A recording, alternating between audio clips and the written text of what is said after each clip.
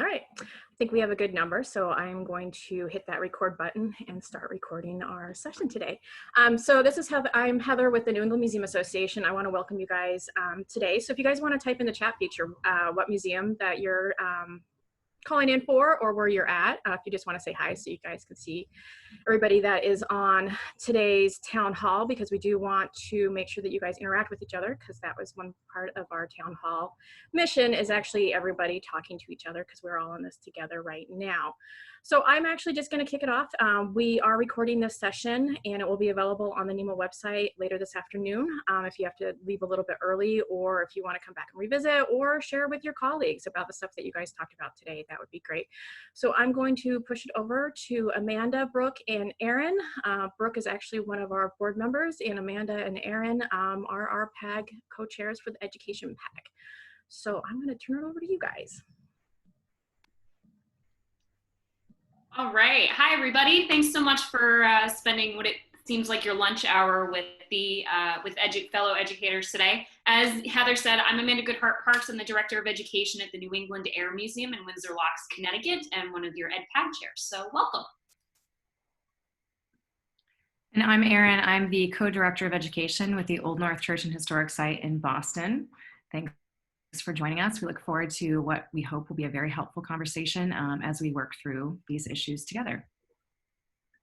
Hi, everybody. Good morning. I'm Brooke DiGiovanni Evans. I'm the Interim Director of Learning at the Museum of Fine Arts Boston, and also, as Heather mentioned, a NEMA board member.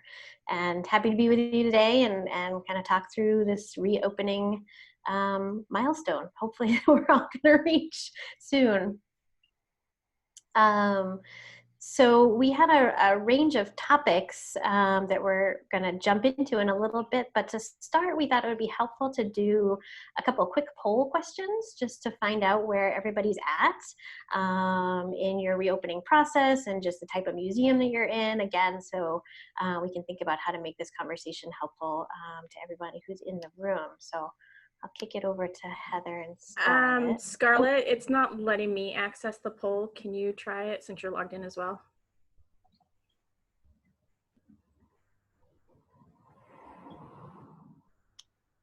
All right, so our first question is, what type of museum do you work for?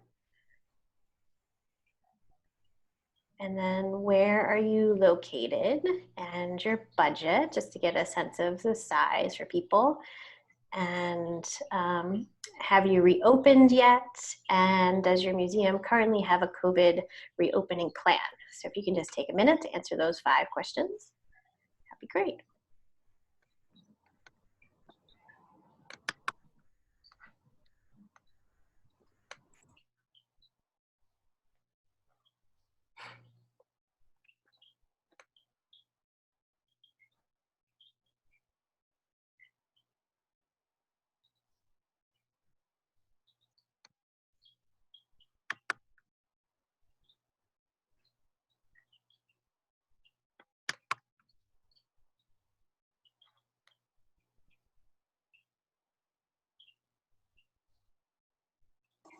Looks like we've about 68% of folks voting so far.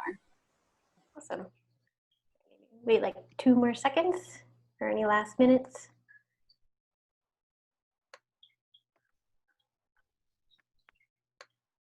Okay.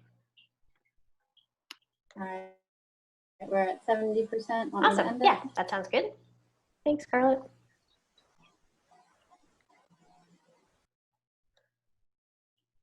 All right, so it looks like we have a lot of history and art museum folks and some science museum folks. Most of us are from Massachusetts, so that makes it a little easier. Although we can turn to our Connecticut colleagues, some of which who have already reopened, and find out their process. A range of different size museums in terms of operating budgets. It looks like the vast majority have not reopened, but a couple have partially. So definitely if you can chime in and share your experience, that would be great. And it looks like most people are sort of implementing or working on a reopening plan. Great, thank you all for sharing. That's really helpful. Put that off to the side so I can see it.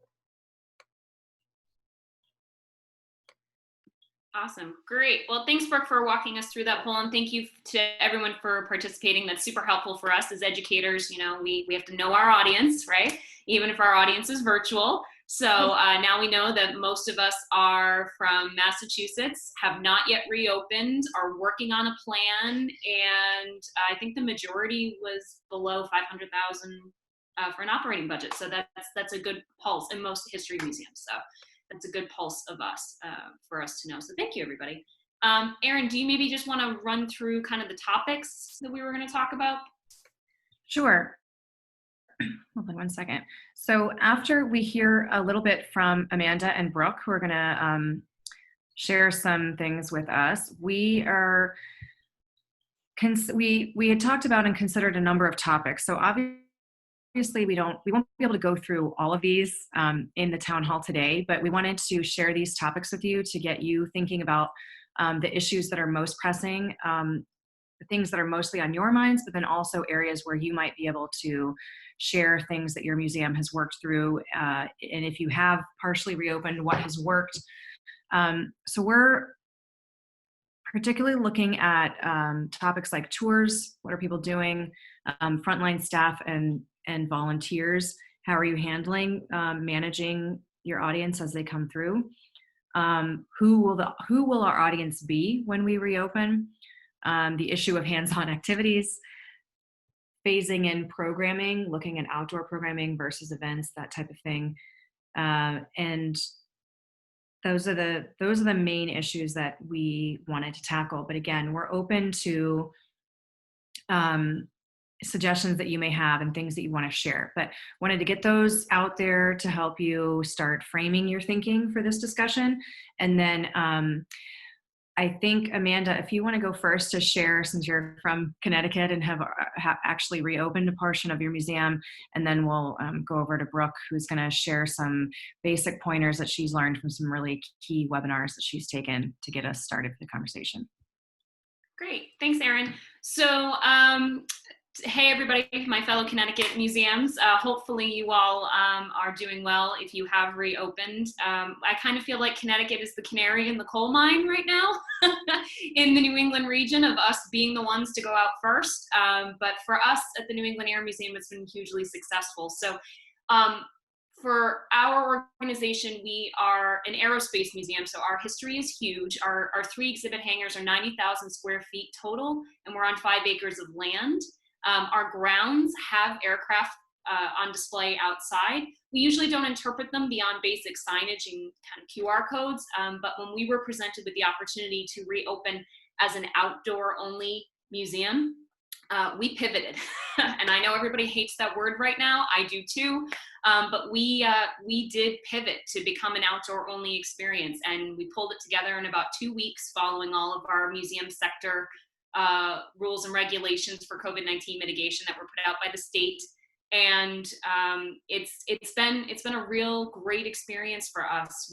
Our attendance has seen an upward trend day after day, week after week. We're now in our 3rd week of doing this. We will do 1 more week of outdoor only operations before we shift to phase 2 of our reopening on June 19th, when the museum will actually be opening its interior spaces and interior exhibits, but we'll be doing that as an open air museum. So you're hearing that first, everybody. I think our press release is going out today, but I'll let you all in on the secret early. So because our exhibit hangars are literally aircraft hangars, we are able to open 1 wall of each large building. So we're becoming a completely fully ventilated open air experience. So that's going to be phase 2 of our reopening. Visitors have been coming from all over New England. We've got a huge increase in percentage of visitors from Massachusetts compared to what we normally get, especially Metro Boston, I think because everybody's going stir crazy. Feedback from visitors has been great. We've had no escalating issues or anything like you've been reading about a couple weeks ago in the press of issues of mask enforcement and all of that. Luckily, our visitors have been great. And I'm happy to talk more details with anyone offline. I don't want to take up too much time here, but if you have specific questions about our reopening, feel free to put them in the chat or shoot me an email directly. I'll put my email there happy to share. So, Brooke, how about you guys over at the MFA? What are you guys up to? Sure, thanks, Amanda. So I've been attending a lot of webinars about reopening, and we can maybe share some resources at the end of different places to go. The QZM, which I think maybe a lot of people have attended, their sort of weekly webinars, has just had one a couple weeks ago on opening. But the two that I found the most useful were one was led by a pediatrician and one was led by an epidemiologist. And so I thought I would share those. And so I think, they would certainly want me to stress, and they stressed in their presentation, that they are just one voice. So there are obviously many resources for people, and obviously various doctors have different opinions, but just to share what I heard from them. So starting with the pediatrician, this was a woman named Dr. Lee Grossman, and she presented as part of the Association of Art Museum Directors webinar a couple of weeks ago. And a couple of things that she said that I thought were really useful in the context for us as educators was she believes that everyone should have masks over the age of 2, and under the age of 2, people or children in our museum should be in strollers or carried and not allowed to run around. Obviously, anyone with children knows how difficult that is, but she sort of stressed that just because they don't really understand the rules, they're going to touch a lot of things, it's sort of safer for everyone if they're able to stay in a stroller during their visit. She recommended at this moment not to have any day camps or interactive exhibits or studio classes for younger children because, again, younger kids have a harder time sort of understanding the rules, and she felt that we should kind of focus on older kids for the moment because younger kids aren't going to understand distancing or no touching, and as we all know, are really good at spreading germs. She talked about how smart the virus is.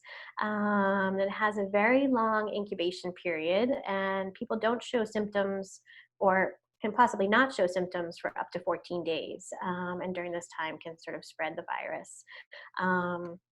She also discussed a little bit about how the virus can live on non-porous surfaces. So thinking about the surfaces in our museums, on metal for 3 to 5 days, and more porous surfaces for 24 hours. This was actually spoken about by the epidemiologist that I'll reference in a minute. And he sort of clarified it a little bit more that,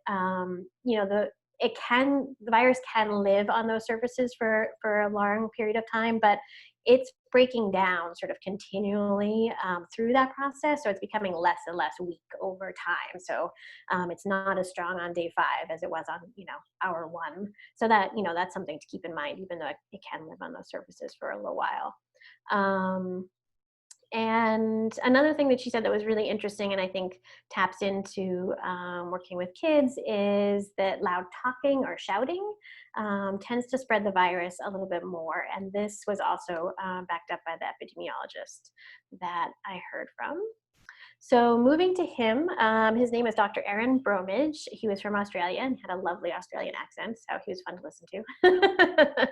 And he was presented by the city of Boston, actually, for theater organizations reopening. My husband is a theater director, so I got that link from him. But many of the points that he made I thought were really helpful for us too, as another type of cultural institution. So one thing that he said is people are 18 times more likely to get infected indoors versus outdoors. This goes to the idea of sort of airflow and the importance of airflow, and really trying to introduce outdoor fresh air whenever possible in those indoor spaces.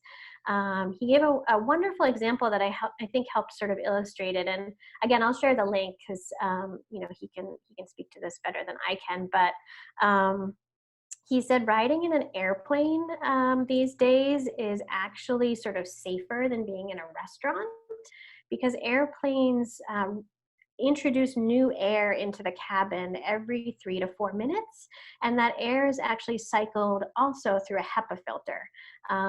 So you're constantly getting fresh air into the enclosed space, whereas a restaurant, their air circulation might not be as good. They might not have HEPA filters, and they might not be cycling the air as frequently. Maybe they'll cycle it every hour or every, half an hour instead of every 3 to 4 minutes. So I think that just kind of reiterated to me sort of the importance of fresh air in helping to not catch the virus. He talked about, again, the things that you can do if you're in a space that might not have recycled air. And that was including buying portable HEPA filters, which really help to improve the air quality, and also wearing masks. He talked about the importance of how masks can really help reduce your risk. You can stay in an environment about twice as long when you're wearing a mask. He talked about the importance of the 6-inch rule, or 6-foot rule rather, and making sure that people are staying socially distanced. But that's really to protect you from having somebody cough on you or sneeze on you. What is more concerning is, again, the importance of that air circulation, because if the virus is in the air and the air is not circulated, the 6-foot difference is not gonna matter as much.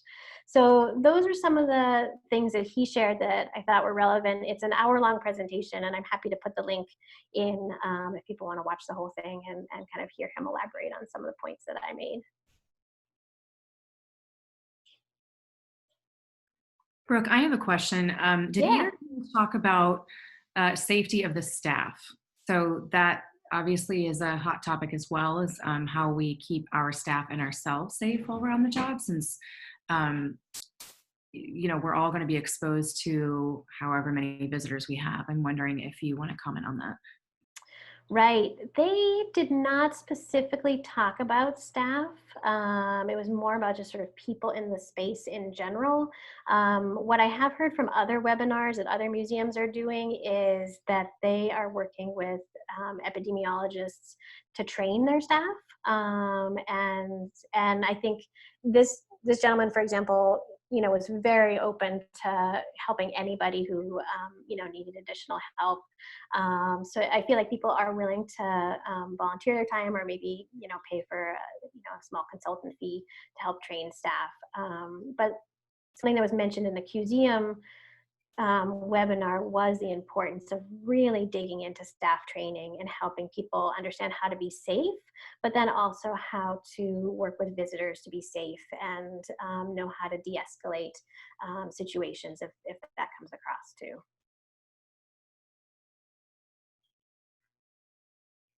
I'm seeing.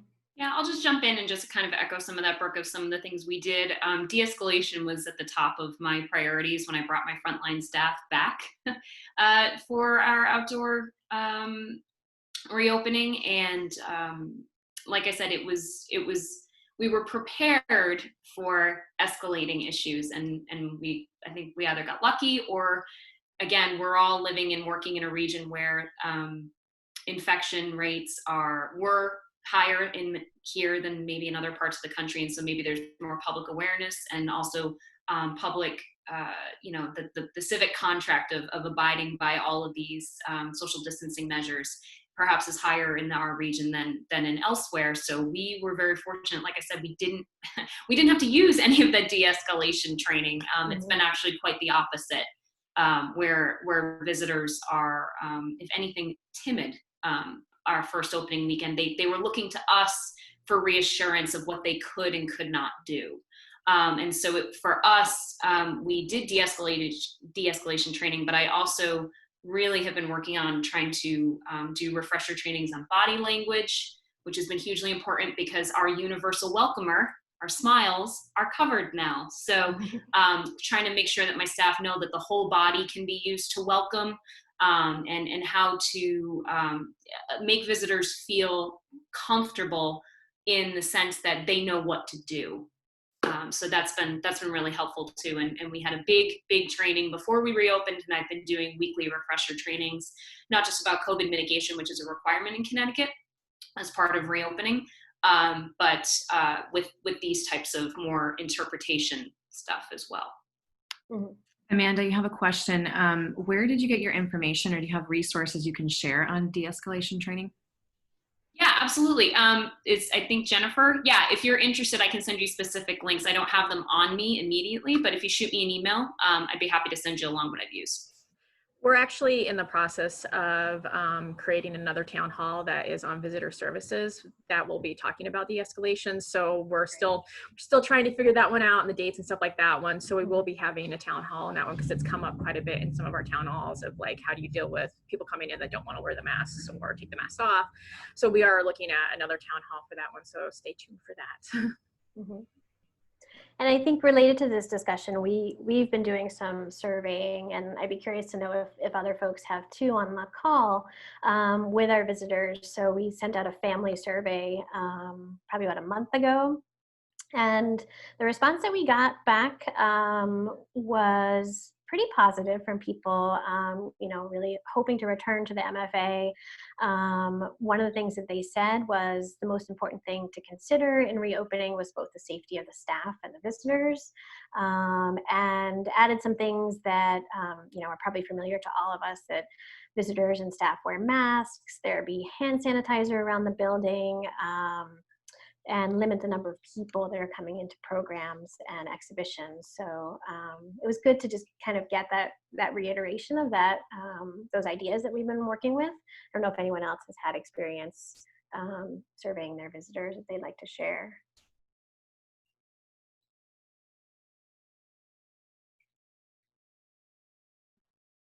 So Brooke, I'll just hop in here since we also did a member survey prior to our outdoor only reopening. And it came, the similar data of health and safety measures that folks wanted us to take, having hand sanitizer available, masking staff and volunteers, social distancing reminders, all that stuff we were kind of expecting to get. What we weren't expecting was that 23% of our members that were surveyed said they would be coming back to us within 1 week of reopening. Mm. And we had almost 40% said they were going to come in our first month. So if you put those two numbers together, that's a huge number of the people who participated in our survey saying that they wanted to come back, which was great. And then the only other major piece of data that I would share that came out of our survey is that while people definitely indicated that they're more interested in self-guided experiences for now, there was still a big interest in us trying to figure out ways to get our hands-on interactives, our open aircraft experiences, the things that kind of make us special. Our members want that to come back. Maybe not immediately, but it's up to us to try to figure out ways to bring that back. So I was really happy to see that too. And I'll just share one other thing from our reopening. We were surprised at how many of our visitors over the last 3 weeks have been extremely vocal about how grateful they are that we have reopened. And I think that's something important to think about. One of the things I did in my training for my frontline staff before we reopened was a reminder of the trauma that we have all faced collectively over the last 3 months. And as museum educators, we give and we give and we give.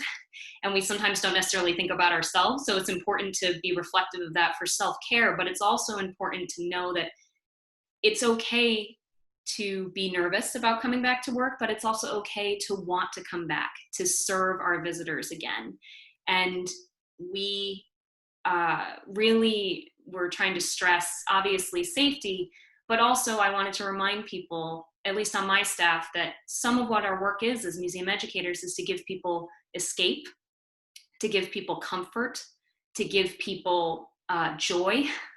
And by us reopening the way we did, we then got that feedback back from visitors. So that was hugely rewarding and a real psychological boost for me and my team. So I'm hopeful that that is very much the case for everyone else when they do reopen. That's so great to hear, Amanda, and to remember why we all do what we do.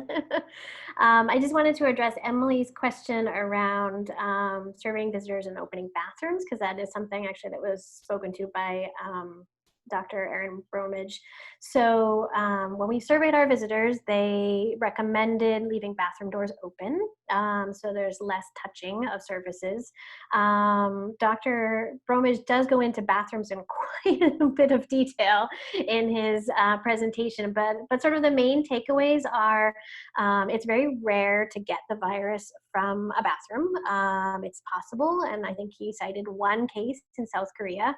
But if you practice, usual bathroom hygiene practices, washing your hands a lot, trying not to touch too many surfaces, leaving the doors open to the bathroom, then that can really help to cut down.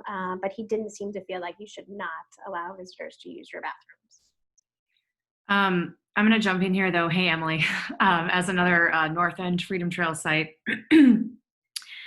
we have decided not to reopen our bathrooms initially.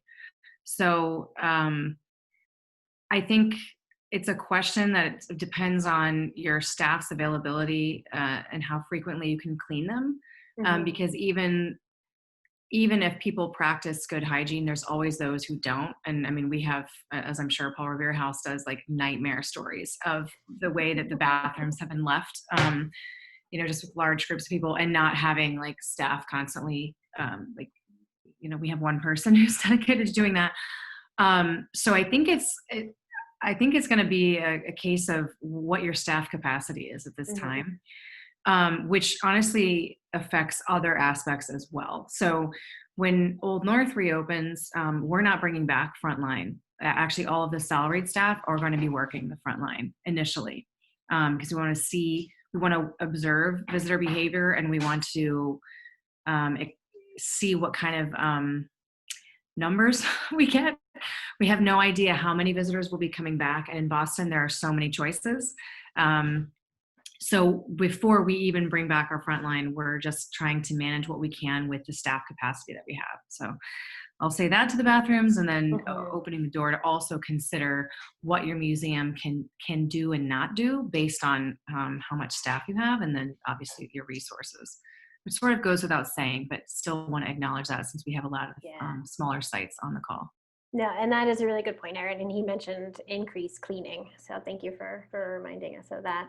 Jennifer, looks like Jennifer Carroll, you finished a survey as well. Trying to find you in this. Oh, there you are in this list of people. Yeah. Do you want to share any of those results with us? Yeah, we just completed our visitor survey, and we're a small city in New Hampshire in Keene. But we had 200 people answer, which was really great for us. And what we found was about 93% of the people want us to just continue to do online programming for a while longer, and felt that there was absolutely no rush in coming back. I think we only had one person who indicated they wanted us to be open at full capacity. So some of the other things were just very uncomfortable about anything hands-on, because we have a historic house that does 18th century programming, so we're holding off on all that. Being very transparent about our cleaning procedures and maybe posting those was something that came up quite often.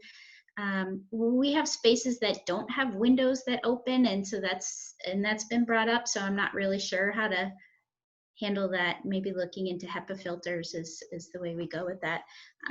But limiting the numbers of, if once we do go indoors, even outdoors, people wanted limited numbers. It was something that came up frequently. The other thing was, why don't you just create walking tours? And we're really busy with all the projects, and it's so time consuming to be looking at all of these programs. What are we going to continue or not, and be in touch with all the presenters. We do about 175 programs a year, and have canceled quite a few of those now. But that was a question, if we are able to spend time creating more, are there guidelines out there for those kinds of things? And I assume we'll get to something along those lines with walking tours and being out and about in the city. Thank you. Thank you. So I just want to jump in. I'm seeing lots of questions here coming up in the chat. Connecticut was extremely thorough in the museum sector reopening guidelines that were given to us by the state. I know not all states have been as thorough as Connecticut, but if you're looking for, I'm not saying what we're doing is best practice by any stretch of the imagination, but if your state hasn't given your specific sector as many concrete guidelines as you were hoping for, I encourage you to go and look at what the state has given us, and that's what we've been following, because it's extraordinarily detailed in the things that we can and cannot do and should not do. So again, that should be your first place to start, obviously for legal reasons, but also we were pleasantly surprised at how much guidance and support they were giving us in this particular state. We have a question about somebody wanting to see samples of the types of questions that go out on the member survey for this topic of reopening. Is there something that either Brooke or Amanda you can share? Mm-hmm. Sure. Okay. So I think Karina, if you just reach out to Amanda or Brooke directly, they can put their emails back in the chat. I can also, if you want to send it to the NEMA website, I could put it there under this particular webinar with the recording, the links if you would like to share that more publicly, or you can email them individually. So it's up to you. No pressure on that one. But. Okay. Okay, and we got another question about offering discounted admission fees as a result of the economic instability. I'm going to jump in here because Old North, we have a plan in place that, we're preparing to execute whenever we can reopen. And we will not be discounting our fees. So we're actually free to all City of Boston residents, which is going to continue to impact us tremendously, because if we're looking at a primarily local audience now, we're losing most of the visitors that actually bring us money, that bring us income. And with, as everybody is facing with 3 months of closure, there's absolutely no way we can offer discounts beyond that. So what's hard is that we're not going to be able to reopen the historic home on our property. So I know a number of you are from historic houses or from very small sites. The Clough House on the back of our property is a part of our experience, and we can't even reopen that. But even with that in mind, we're not discounting admission beyond the fact that we offer free admission for City of Boston, EBT, and then there's discounts for seniors, military. I mean, it's like, it runs the gamut. And so we're looking at it as we want the visitor to have the choice if they want the experience to pay the amount. And there may be some who are so willing to be out and about and to do something different, and who also understand the situation that cultural institutions are facing as a result of the pandemic. So we're putting it in their hands to say, this is what your money supports. This is why, the admission is staying as it is, as it was pre-COVID. And we're, essentially hoping for the best. So again, one of the things that Amanda and Brooke and I talked about in this is it's kind of a crapshoot at this point. So, what we're saying is we're just sharing what all the conversations we've had in these institutions, but I think a lot of it is going to be trial and error as we all begin to see how our visitors are reacting and what they're doing. Does anybody else have any other comments though on discounted admission? Is anybody planning to do discounted admission? I should also mention that you can unmute yourself and speak too. That's the great part about these town halls, is hearing other voices as well. But the chat feature also works as well. I'm Tina Jordan from the Salem Witch Museum, and we participate with Go Boston. I don't know how many of you use Go Boston, but they are integrating with our brand new time ticketing system that is being created. Our presentations run quite frequently, so we've never done online ticketing in the past, but we are going to continue because they are one of our #1 suppliers, so that will be discounted. We also, very similar to what Erin does, all Salem residents are admitted free. They can't participate in the time ticketing because it only accepts credit cards, but we will allow them at the door. And another huge concern for those of us in Massachusetts is we all are supposed to be able to accept cash because there are many visitors who do not have credit cards. And that will be something that, we're a little nervous about, but, there will be an opportunity for people to pay to purchase tickets. Aside from Go Boston, we have eliminated our entire discounting program with the Salem residents free as well, so they're still free. Thanks. I want to just jump in on a couple questions that I've seen earlier about temperature checking and folks asking if that's something that's happening. I feel, and obviously I'm not an expert, but everything I've heard is sort of mixed on the effectiveness of that. So I think my advice again would be, if there is a local hospital that you could work with, if there's a local doctor that can advise you. In some of my other programs, I work with medical faculty quite a bit, and I've always found them to be, really helpful, really giving of their time. And so if you can make that connection, I think it can really help to sort of inform some of your decisions like that, and whether that should be a policy or not. Brooke, I'll just jump in on this too. Again, using our spouses and loved ones and friends as insiders for information with this whole thing. My husband works as a school administrator, so in Massachusetts, the most recent guidelines for schools, looking ahead towards this summer as well as for the fall, is indicating that temperature taking gives many false negatives and false positives, and it is now not advised for schools. So again, that's not written in stone yet, but that's the latest guidance hot off the press for schools in Massachusetts. So I was going to echo that as well. My husband is, he's a doctor, not to say that, one doctor's opinion matters over another, but it's sort of the same. It's just that there's too many people who are carriers who won't show a temp, and there's people who run a hotter temp than others. Children often aren't running a temp at all. So there's too many variables that seem to affect that. Not to say that, if your staff feels very strongly about it for staff, I think that's an institutional decision. For visitors, it's a whole other thing. And I think it's going to end up taking too many staff resources from other measures that have been shown through studies to be effective. Whereas temperature checking is proving not to be as effective.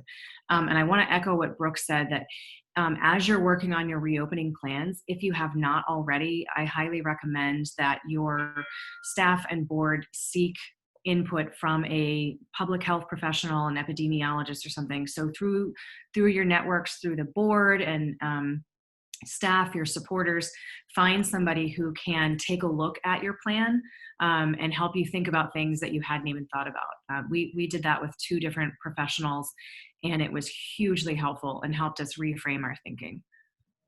We do have a raised hand from Christina Dillard, if you want to unmute yourself.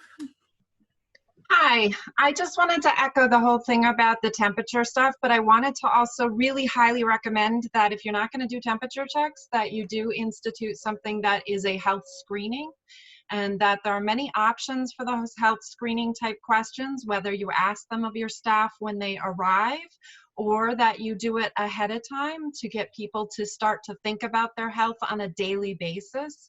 And the CDC has some great suggestions on there about what types of questions to ask. So I would definitely get people programmed to think before they come to work, how are they feeling? Have they had any signs or symptoms? Have they had an exposure to someone who either is suspected of or actually does have the COVID-19? And if so, they should remove themselves from the staff list for the day.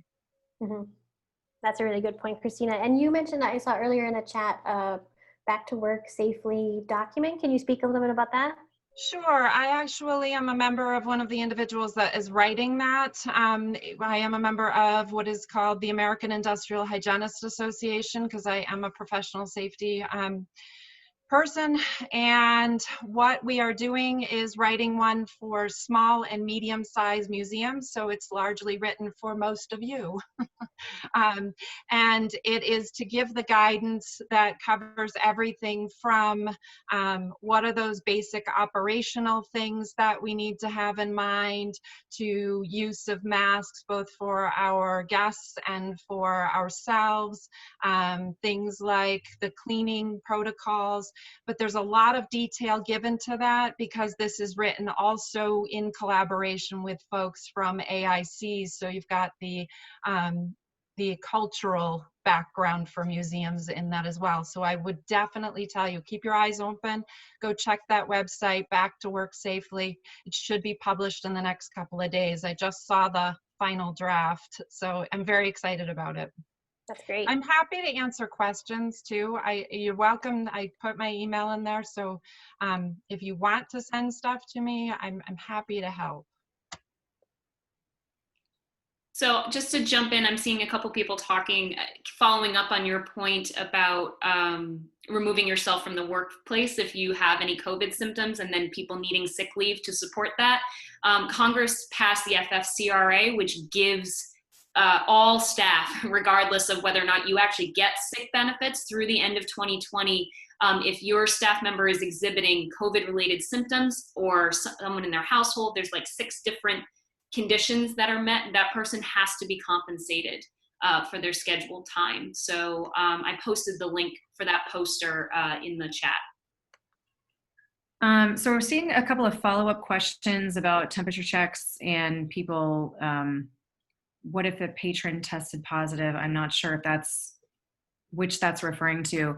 I think, and I'll just answer, and other people please chime in. But after that, I would like for us to allow some time for talking specifically about education stuff. So programming, like what we're actually planning to offer and do.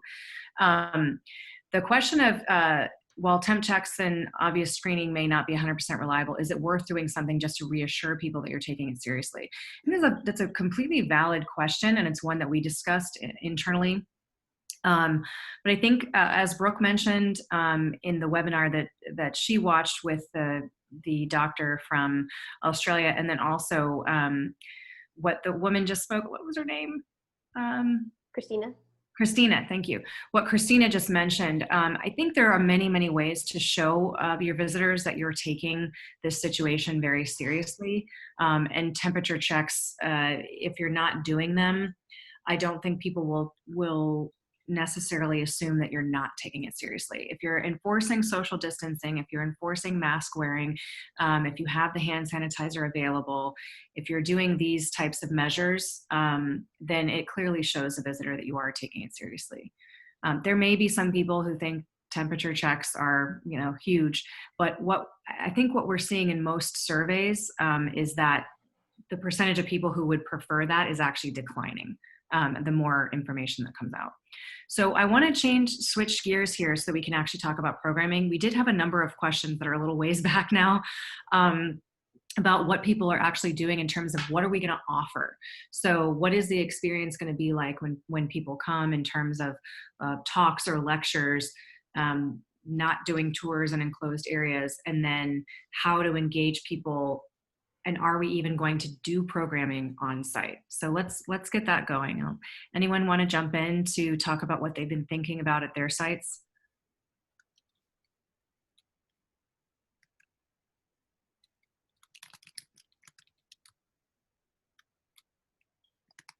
At the Edward M. Kennedy Institute, which is on Columbia Point in Boston, next to the JFK Library, our bread and butter really is interactive, immersive educational programs where students come in and we have a full-scale recreation of the Senate chamber where most of our programs take place. Students are in pretty close proximity to one another and staff, given the way that the desks are set up. As of right now, where if schools are, coming back in the fall, and if they are planning on doing on-site visits and things like that, which are a lot of ifs. We are planning on doing our programs with a drastically reduced capacity. We could do up to 100 students at a time, and we're going to be following the sort of 100 square foot rule per person, which would reduce our capacity by over half. But that includes allowing space for staff and teachers and chaperones as well. So as of right now, at least, our plans for reopening in September, if again, schools are back and doing field trips, are to offer our programs, but they're just going to be very, very different. We use tablets we used to use tablets at least, and when we do these programs in the fall, we'd be doing them basically on paper instead. We'd sort of transplant all the information that would appear on the tablets to paper, so that way students can either take them or we can safely dispose of them after, rather than having to worry about transference on the tablet surfaces and stuff. So as of right now, yeah, we're intending on offering these programs when we reopen.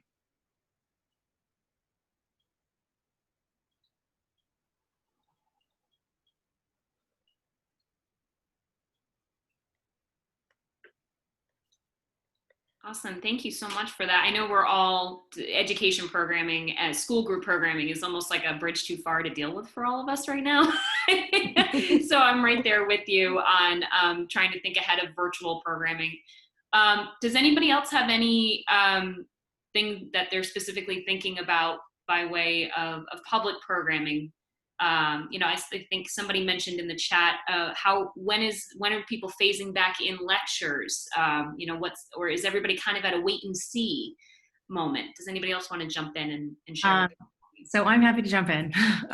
Programming is my thing. So we have actually made the decision not to have any in-person programs on site for the rest of the year. We started doing in March is when we began doing a digital speaker series, digital programs, and we're going to continue that. So it's actually allowed us a lot more freedom in a sense, because it's easier to a certain degree to arrange things on Zoom, and it also opens up the amount of people who can jump in and join the Zoom call, join the webinar, join the lecture. So we're able to get people outside of the Boston metro area because we're located in the North End. There's really you got to be dedicated to go to a program after hours at Old North. And so it's been a joy to connect to people that we normally wouldn't connect to. So that's our plan. We're planning to do monthly speaker series, monthly webinars, and then obviously continue with digital resources for the rest of the year. And then we're going to see.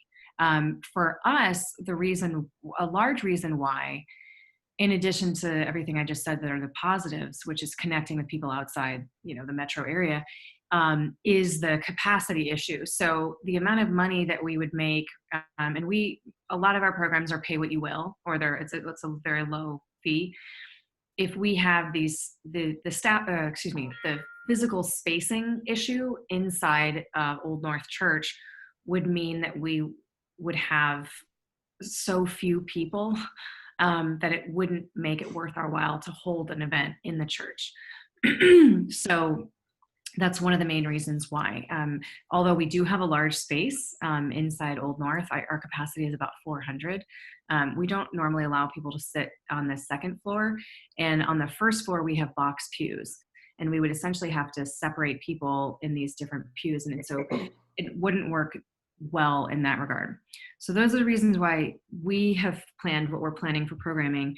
One thing that is on my mind, and I'm curious what other people are thinking, is how this changes people's relationship to the institution. Because obviously at a historic site, we feel strongly that being there matters, and being there is part of the experience. And we don't want to move completely to digital programming, but at a time when we can't have people gather around us, we want to at least to continue to engage with the audience, with our visitors in this way. But I'm conflicted in that because we don't want to make this complete about face as a 300-year-old institution. Just be like, yeah, everything we do is online now. And sure, you should still come by, but half of our site's not even open. Mm-hmm. So we're still grappling with what does that mean? It's these existential questions about us as museums. So anybody else want to chime in on if you're going to be offering in-person programming or if you're going to stay digital? Would Lynn from the Courier Museum want to speak up? You're writing quite a bit in the chat feature if you want to actually verbally talk. Sure, I'm happy to jump in, and I apologize for having my my screenshot up. I'm making lunch for my family and eating at the same time, which I figure nobody wants to see at the moment. So the Courier Museum of Art is certainly exploring multiple phases of reopening, and the first one that we're exploring is reopening just for staff. Unfortunately, and I'm sure we're not alone in this, but unfortunately when we closed, we were in the middle of an installation, so we have to go back in not only to sort of rearrange our lobby and welcoming area, but also have to actually get the artwork back up on the wall in a large section of our galleries. So when we do reopen though to the public, we're just envisioning it being, at least to start, potentially just our first floor, and then just for self-guided programs. So self-guided programs is something that we've always sort of had, but we haven't promoted them as much in the past as I think we will moving forward. So we're relooking at our audio tour, sort of changing some of the messaging, changing the order of the audio tour stops so that it matches whatever the floor plan is that we decide on. And then really making sure that we market that out so people know we actually have it. So that includes telling people to bring their own headphones, which is something we can typically hand out. But having people bring their own headphones, letting folks know that we have these self-guided options. So when they get their confirmation email, we'll have some sort of promotion of what these self-guided options are. So the confirmation email would be more than thank you for your purchase. We look forward to seeing you. It includes sort of the roster of what we can offer. We're starting to explore having yoga outside. We're lucky to have a few sculptures outside our front doors. So having some yoga, working with a local yoga studio to make that happen. But in regards to sort of the lectures and the tours and those drop-in programs that we're so used to offering, we haven't gotten that far along in our planning, but I imagine it being fall, if not later. I mean, so much depends on, I think, the next month, because I think for most of the states represented here, things really just started to reopen only in the last couple of weeks, like sort of reopen on a larger scale. So I think a lot will be determined in the next month and sort of what happens. And then the last thing I would say is that we are sort of anxious, I think as many of us are, to hear from the school system, what they're thinking and what they're doing. The Courier is unique in one way in that we have an art center, so we offer studio-based classes. So we have the gallery portion of what we do with museum programs, but then we also have the art studio where we offer painting, drawing, photography, and studio-based classes throughout the year. So the school reopening, or what that looks like in the fall, will impact not only our tour program, but then also what we do in the art center. Mm-hmm. I would add to what Lynn's saying, something that I'm thinking about a lot of the MFA is self-guided paper-based materials as well, and how to start making even more of those. And just to build on Erin's question, thinking about, how the digital can complement our museums, I think what I'm trying to focus on is how our digital programs, and we'll be doing them probably for at least the next several months, but how they can serve as sort of a welcome to get people back into the museum. It's a way for people to sort of maybe try out a program, to get a sense of what it might look like in the museum, and then hopefully be that bridge to kind of coming back. So that's one of the ways that I'm looking at our digital programs as a way to help get people back to the original objects.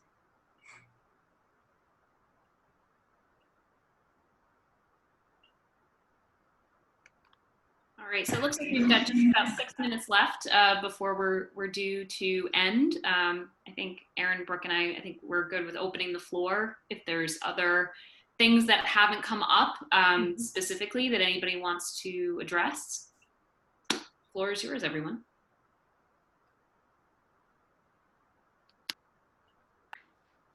So Lynn from the Courier chiming in again. I guess the one other thing that I would say that we're doing is we're changing our hours. So when we do reopen, the hours will look different. I'm seeing lots of head nods. So I think that's probably something that many institutions are doing. And that's sort of another thing to think about when we're messaging out, because the museum hours and sort of the museum visit in and of itself will look really different for folks. So how do we prepare people like before they even get to the museum is something that we've been thinking about, sort of the pre-visit, so to speak. Mm-hmm. Yeah, I do think that actually brings something up that ties in with education, is just that our communication to our public is going to have to be crystal clear. And I think transparency, it's been increasingly important in society pre-COVID, but transparency is going to be huge. We have to be honest with what we're doing, how we're faring, and how we're helping them feel safe and helping our staff feel safe, because people need that reassurance. To go back to the hours topic, we were open 7 days a week, every day of the year except for Christmas and Thanksgiving. And initially, we're only going to be open Thursday through Sunday, 10 to 4. So we're actually only opening 4 days initially, and then sort of reacting from there to see what's happening and stuff like that. I saw that Amanda also commented on them limiting hours too, because the thing is you have to build in the cleaning time as well. But yes, we do want to make sure that our visitors are prepared so that they're not expecting a pre-COVID experience, or that they're not, that what they're expecting doesn't completely clash with what we're actually able to offer them. So it looks like Lauren brought up a very difficult question, I think, that many of us are dealing with. How do we deal with our frontline staff who give tours and may now see their positions eliminated or their provisions being made eliminated or reduced?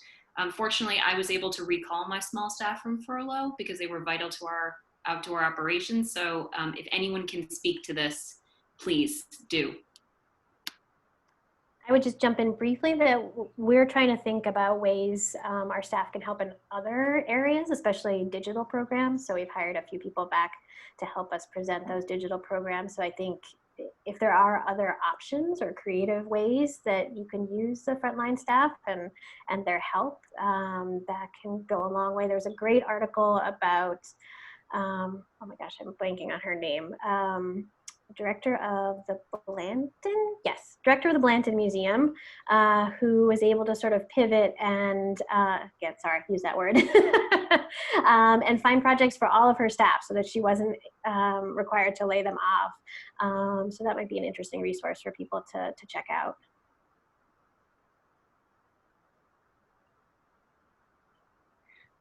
So we have a great question. Are any other parents trying to balance work from home with kids and the pressure to return to do programming? Yes, I think that's a whole separate issue. And Heather, can you jump in and say, are there going to be any more? I knew there was some like coffee hours or webinars with like working parents who are dealing with the whole kids at home and meeting the demands of the museum job. Is there any more of that coming up?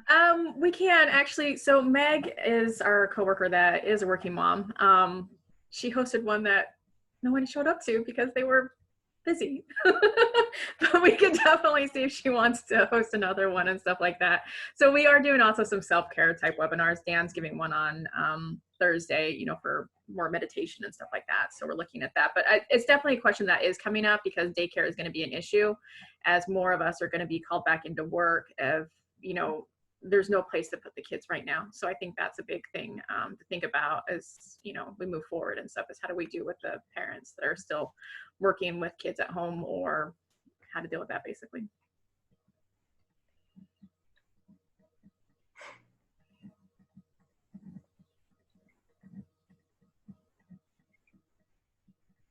Looks like we do have quite a bit more in the chat feature coming up. We can stay on a little bit longer if you guys are open to that too, just the discussion, because we did start a little bit late on the education part of the webinar. But before everybody starts to drop off, I just want to say thanks to everybody for coming today. We do have a few more town halls scheduled. Definitely check the NEMA website. We have one on June 15th about more geared towards family museums that work with children's, so more children's science type museums. Definitely check out the NEMA website. Scarlett put the thing in there. And then we're always open for ideas. If you have a particular session that you would want to see as a town hall format, just give someone on the NEMA staff an email and we can get moving on that one. That's how the majority of our town halls have originated, is because of content questions that you guys have as our membership. And Heather, I put a few of the links to the reopening webinars in the chat. Will those go somewhere on the website? So what I will be doing is I will be putting the link to the recording. So if you do ever miss like a NEMA webinar or town hall, we do have a YouTube page on that one. And then I'll be putting underneath that the links that have been shared in the chat feature there, so you guys can have access to that. So that's not a problem at all. Great, thank you. I just want to circle back to something that Amanda mentioned at the very beginning of this webinar, which ties directly in with our work as educators and interpreters. And that is the idea of interacting with our visitors wearing masks, and in some cases, safety glasses or face shields, depending on how close you can go get. So that can be something that we leave you as food for thought, but Amanda talked about the increased importance of body language. It's something that we need to be aware of, and we so often in this field use our faces to communicate in many, many ways. And so we have to do what we've done with digital programming, and we have to be creative and we have to face the challenge head on, and just think about different ways that we can interact with people without that part of our face. There was a really great article in the Boston Globe on Sunday by Mark Feeney about masks, the portrayal of masks in art, but then also the loss of access to this part of our face, how that is actually how we can tell what people are thinking. The whole idea that eyes are the window to the soul is a romantic notion, but you actually can't really tell what people are feeling or thinking when this whole part of the face is covered. So something for us to keep in mind could be an interesting topic at our next EdPAG meetup. Amanda put that information in the chat box on June 25th from 3 to 4. We've been hosting monthly casual meetups, virtual meetups. So please join us for those. NEMA has been sending out weekly emails. They're doing a lot right now. So thank you to the NEMA staff. And then also I want to mention the webinar that's later today, that's co-hosted by NEMA and Greater Boston Museum Educators Roundtable. That's another organization I'm involved in. We're going to be one of, I think, maybe 3 webinars on education-specific issues, but this one will be on school programming in this era. So the first one will be on school programming. We're going to have another one on public programming in the COVID era, and I can't remember what the next one will be. But the webinar today is at 2. So tune in for that and join us, and keep looking out for all of these opportunities that NEMA is putting forth. They've been super helpful for me, and I think obviously, as we know, having that community interaction and being able to see each other's faces is it's really nice. Yeah. And thank you for letting me be a part of this, and thank you to NEMA for hosting. Just one final thought that I would leave you with is looking at other industries and how other folks are handling this, looking at restaurants, looking at supermarkets, looking anywhere really, because I think everyone is grappling with it and doing a good job in their own way, so we can learn something from them as well. And I guess I'll just wrap up by saying thank you all again for taking the time to chat with us today. Hopefully you found some kernel of inspiration or hope or